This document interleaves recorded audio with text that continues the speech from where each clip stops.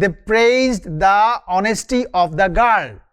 They praised the honesty of the girl. এই অনেস্টিটা কোন প্রকার নাউন? যদি এটা মাথায় ঢুকাইতে না পারো তার পরীক্ষা হলে ভুলে যাবা। ইংরেজি 1 নাম্বারের কারণে তুমি হাজার হাজার প্রার্থীকে পেছনে ফেলতে পারবা ইংরেজিতে, ঠিক আছে? জাস্ট মাথায় নাও। দেখো অনেস্টি নর্মালি আমরা কি দেই, অনেস্টি মাথায় কিভাবে নিব? দেখো অনেস্টিকে নর্মালি আমরা কি দিব? অ্যাবস্ট্রাক্ট নাউন দিব, তাই না? অনেস্টি দেখা যায় না, ধরা যায় না, ছোঁয়া যায় না, সেটা কোন নাউন হয়? অ্যাবস্ট্রাক্ট নাউন হয়, এটা আমরা সবাই জানি। বাট এটা কোন নাউন হচ্ছে? আনসারটা তোমরা দিচ্ছ সি, কমন নাউন দিচ্ছ। অনেস্টিকে কমন নাউন দিচ্ছ, মানুষ হাসবে না শুনলে যে অনেস্টি কীভাবে কমন নাউন হয়, তাই না? দেখো কেন কমন নাউন হইলো, ওই যে 3টা নিয়ম তোমরা লিখছো অনেকেই, হ্যাঁ একটু দেখলাম সুন্দর করে লিখছো তোমরা।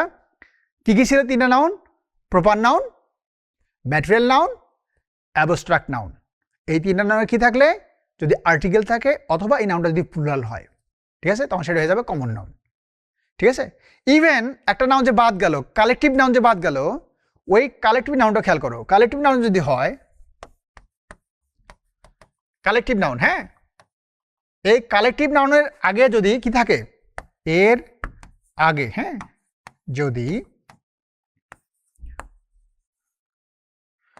সংখ্যা, হ্যাঁ নাম্বার, সংখ্যাবাচক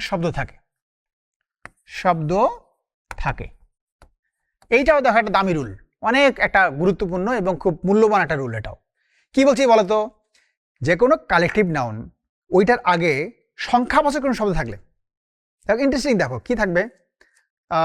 ধরো কি থাকলে লেখা যায়, ধরো ক্লাস, ক্লাস কোন নাউন? কালেকটিভ নাউন, তাই না? ক্লাস কালেকটিভ নাউন না, মানে একসাথে সবাইকে বোঝায়। Class, crowd, collective noun. Family, ঠিক আছে, ফ্যামিলি কোন নাউন? ফ্যামিলি অবশ্যই কালেকটিভ নাউন। এখন আসো 10টা পরিবার আছে, কি লিখবা? 10 ফ্যামিলিস। এবার এই ফ্যামিলিস কোন নাউন হবে? দেখো ফ্যামিলিস হয়ে যাবে কমন নাউন, ঠিক আছে?